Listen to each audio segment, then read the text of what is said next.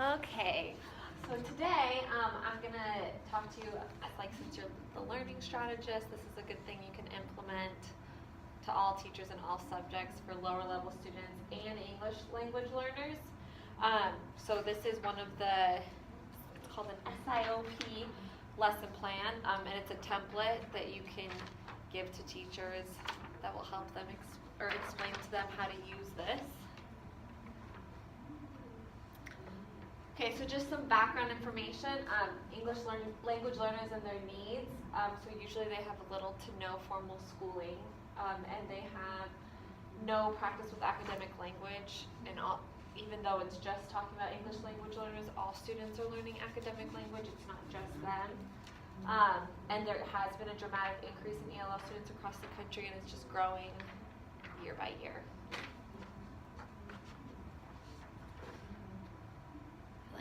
I always catch my breath. Okay, so stairs. Okay.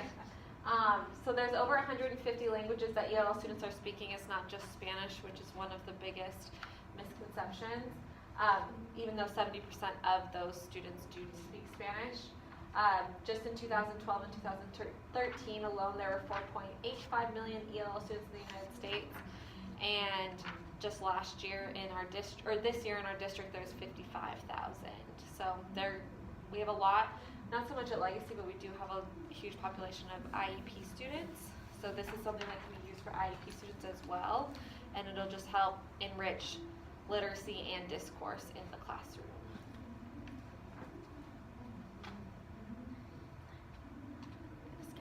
Okay. So why should you use this plan? And I can give this PowerPoint to you to share with teachers too, because it'll be really helpful.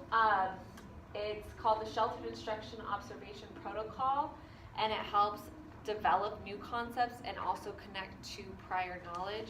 So if you look at the lesson plan, it talks about new vocabulary that you want them to get, and you also can break it down by beginner, intermediate, and advanced. So even if you're just talking about a general education classroom, your beginner vocabulary can be towards your lower students, and then you can even do advanced to challenge those students who are already understanding it. This is specifically for ELL students, but it can be used for all students because it breaks down your standards, your objectives, and this helps close that gap of the non-achievers.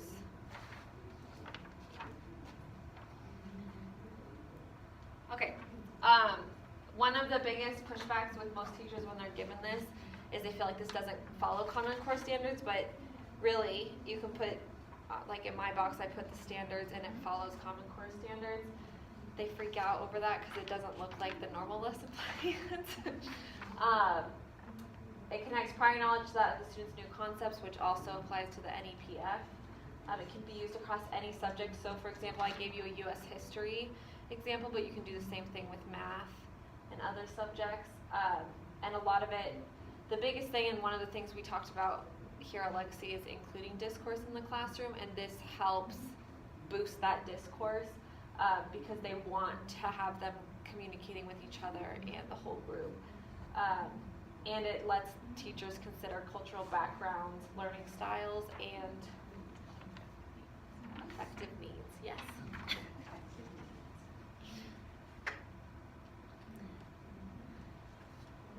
So one of the preparations for this is to define what your unit theme is, so you're kind of doing that backwards planning.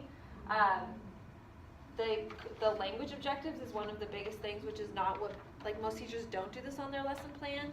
So it asks what exactly do you want your students to be able to do by the end of this lesson plan.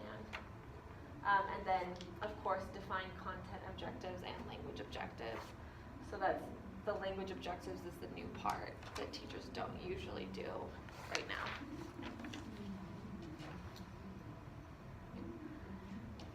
Just like a breakdown for content standards with ELL students and even your IEP kids is they're still able to get the core ideas of the content standards. You just have to, it's more of the can-do idea instead of marking them down as much so that they're not discouraged. And it lets you choose a topic that's appropriate for your own students. rather than, and you can differentiate within it and scaffold it.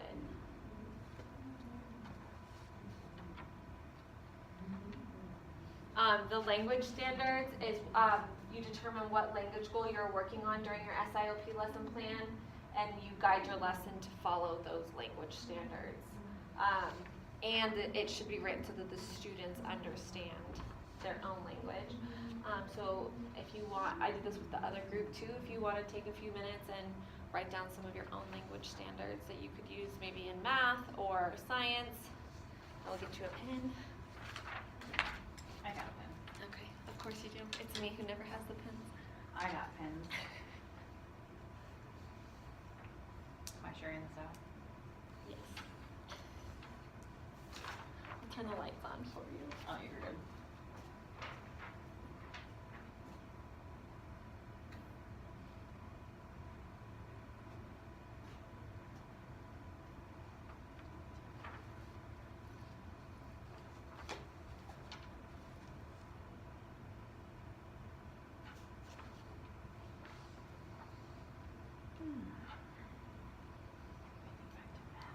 Yep.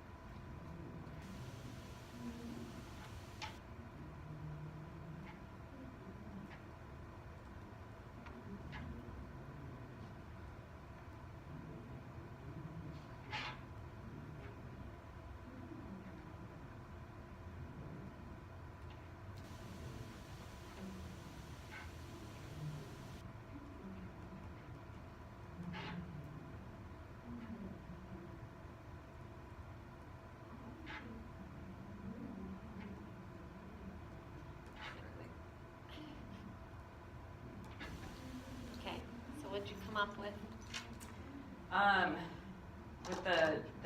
We do transformations, so students will be able to define all transformations such as translating, reflecting, and rotating objects. Students will translate, rotate, and reflect polygons on graph paper, and then students will be able to translate, rotate, and reflect without using graph paper. Okay. Which are all words they have to know and understand. Right, and then you can always level them if you would need, like one kid does 3 words first and then scaffold it that way. So yeah, good job. Okay. Okay, so just some of the guidelines for the preparation is to limit Turn the light back on, oh, so. yeah.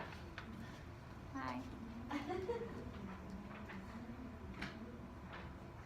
did that the other day and my students were like, we can't see him. Okay, I'm sorry. So you want to limit the content objectives to only 1 or 2, that way they don't feel overwhelmed. And language objectives, so that they can understand them, it's really important to do like action verbs and get them to like speak these 2 words. And represent academic English, which you did with your academic vocabulary. And any kind of objective is just to aim to write as a performance-based objective rather than a process-based objective. So you can actually evaluate exactly what they're doing rather than trying to look at the process behind it. Content and language objectives. So this was just like some of the examples. So like I have like rehearse and present, predict. Content objectives we're pretty good at doing at this school. I feel like it's really the language objectives, and this would work for all students. And then you can even scaffold it by saying, we'll present and then have a presentation rubric, and you can. So mine can be changed to students will be able to rehearse translations. Yeah, Just exactly. change it to that. Yeah. So that they're understanding exactly what they need to be doing. Just add those words but using other language. Yes. Makes sense. And so that's good, like, for other teachers to, like, just let them know. The that difference, those couple words change. the way that the kids interpret it Yeah. first, and then especially if you're like, what are you learning? Oh, this is exactly what I'm supposed to be doing in the steps. One of the biggest things that throughout this whole entire program that I've learned is really that culturally responsive part, and really trying to incorporate like our students' culture. Even today I had them read something by Malcolm X, and how much they pay attention compared to when we read other texts that they can't relate to is night and day. So really trying to be culturally responsive to who your kids are and understand that. And linking between past and new concepts, which if you're doing all this stuff, you're literally hitting everything on your evaluation too. And vocabulary is super emphasized, and it's a big part of the Common Core standards for English. And I know for science too, they really stress them understanding that vocabulary as well.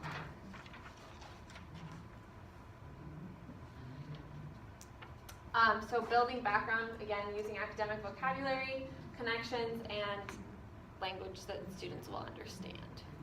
I'm going to pause this and restart it so it doesn't stop.